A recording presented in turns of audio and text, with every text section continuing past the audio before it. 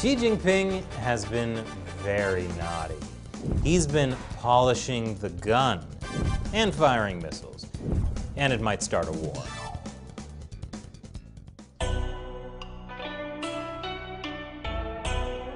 Welcome to China Uncensored. I'm Chris Chappell. This week's China News headlines. There's a Chinese saying, firing off a shot while polishing the gun. It means accidentally starting a huge conflict. And some in Taiwan are worried that might happen. In the last 3 weeks, China has announced 4 separate exercises along its coast, along with other exercises it said were aimed at the current security situation across the Taiwan Strait. Earlier this month, the U.S. sent Health Secretary Alex Azar to visit Taiwan. He's the highest-ranking U.S. official to go to Taiwan in decades. And while he was there, China sent fighter jets. But the U.S. is sending clear signals it will support Taiwan if China starts an actual armed conflict.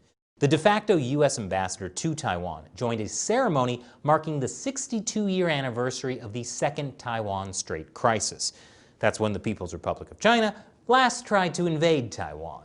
This month, the U.S. also sent warships through the Taiwan Strait. And China is upset that U.S. spy planes keep watching their military drills. China's defense ministry said this could easily have caused a misunderstanding or misjudgment or an unexpected incident. Well, apparently there is some misunderstanding because the U.S. said the spy plane was in accordance with international flight rules and complained of unsafe intercepts by Chinese aircraft. So with everyone polishing their guns, this could escalate into something much worse. One thing is for sure, if the U.S. weren't showing this kind of support for Taiwan, the Chinese Communist Party would probably feel like it could get away with invading Taiwan. So sometimes, a nice shiny gun is the best way to keep everyone safe. I'm no gun expert, but maybe you should take the bullets out before polishing it. Speaking of firing guns, China's new missiles work great. Because the day after that U.S. spy plane flew over the South China Sea, the Chinese military fired missiles, including an aircraft carrier killer missile. The U.S. military detected at least 4 missiles launched from mainland China into the South China Sea. It's meant to be a clear warning to the United States, presumably that China can fire its guns on purpose, too. A Chinese military source told the South China Morning Post that the missile launch was aimed at improving China's ability to deny other forces access to the South China Sea. I'm guessing that by other forces, he means the U.S., which has been sending a record number of U.S. Navy ships on freedom of navigation exercises in the South China Sea. And according to Vice Admiral Scott D. Kahn, the commander of the U.S. Third Fleet, the U.S. is going to continue to demonstrate its commitment to a free and open Indo-Pacific.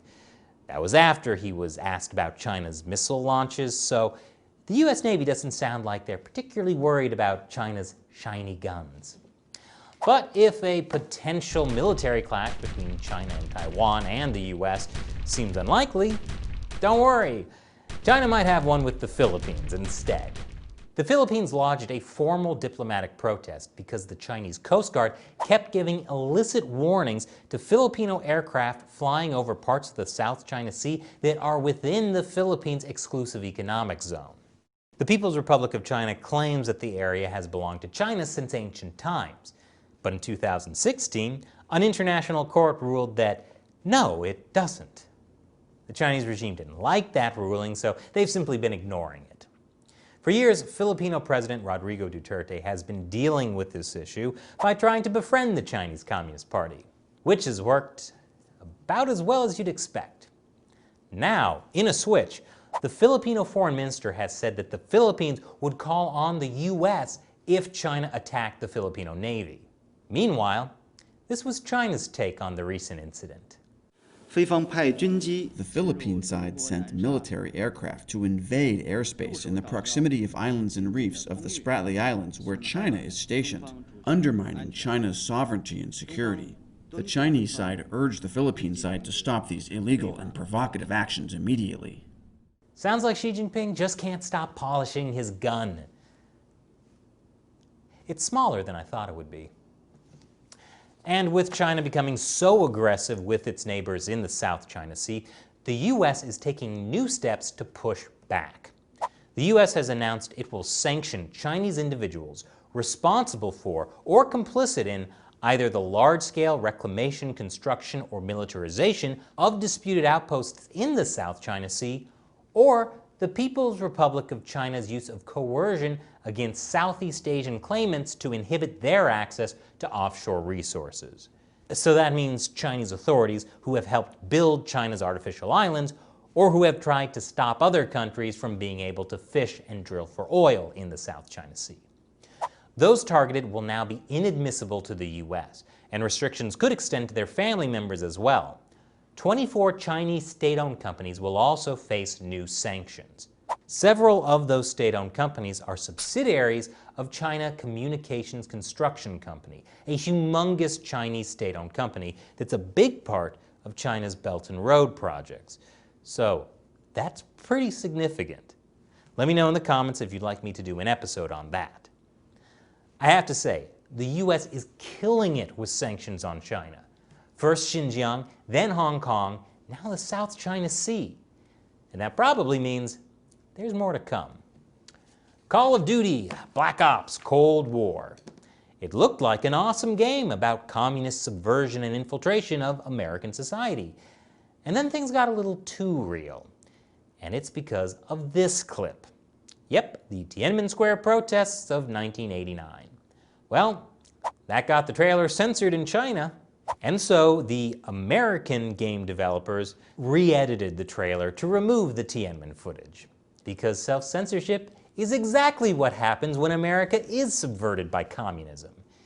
Is this some kind of meta marketing ploy? Or are the people over at Activision just clueless? If only it were that simple.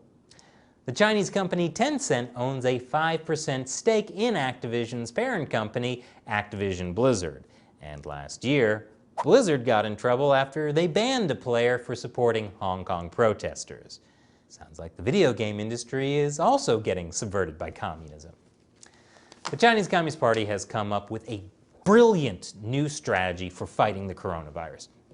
You see, the virus spreads from person to person. So, to eliminate the coronavirus, you need to eliminate the people. Brilliant.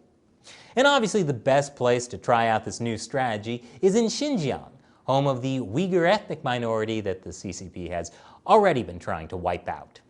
The capital city of Urumqi has been in lockdown for 40 days. And if you thought the lockdown of Wuhan a few months ago was harsh, it's nothing compared to the lockdown in Urumqi. Doors sealed with iron nails or tape, people are locked in handcuffs. Citizens have been seen venting their frustrations by shouting into the night. Xinjiang authorities also distributed traditional Chinese medicine to residents, even to pregnant women. Some community management personnel even supervised the residents while they drank the medicine. In other cases, they asked people to film themselves consuming the drugs to make sure they really consumed them. One netizen disclosed that some Urumqi residents reported abdominal pain, stomach aches, and insomnia, among other symptoms, after taking the distributed medicine. You know, somehow I feel like that has nothing to do with the coronavirus. But what does have to do with the coronavirus is this. The Communist Party has decided to start testing a vaccine on state workers, which they can do because in China, medical decisions are under the control of the central government. Socialized medicine with Chinese characteristics. But clearly, with so much going wrong for the Chinese Communist Party, it's time to find a scapegoat. And the scapegoat for the 21st year in a row is the spiritual practice Falun Gong. Recently, Chinese authorities across several provinces and cities rolled out programs to reward citizens with up to 100,000 yuan, approximately $14,300, for reporting Falun Gong adherents' activities to local police.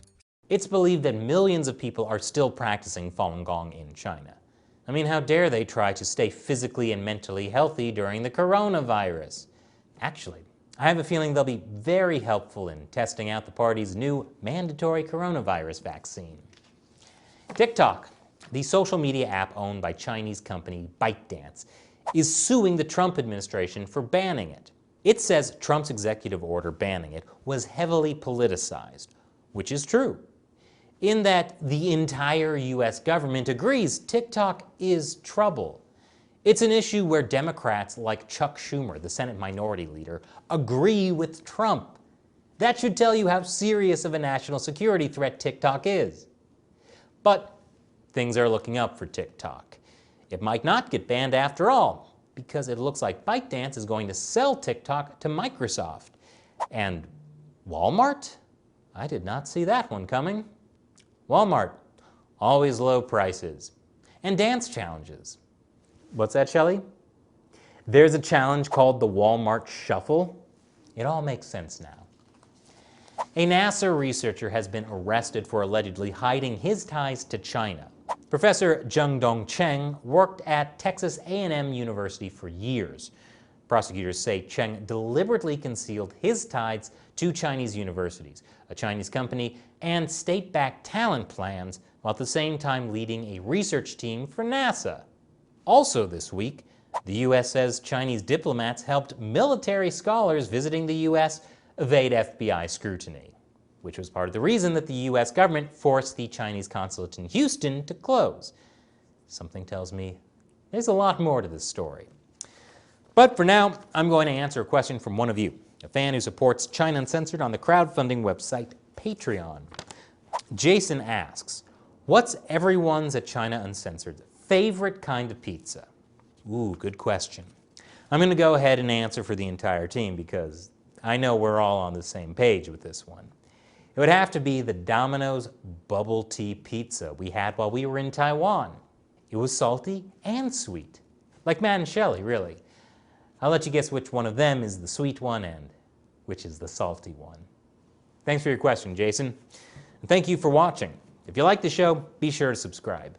Even if you already are a subscriber, double check because YouTube has secretly unsubscribed people before.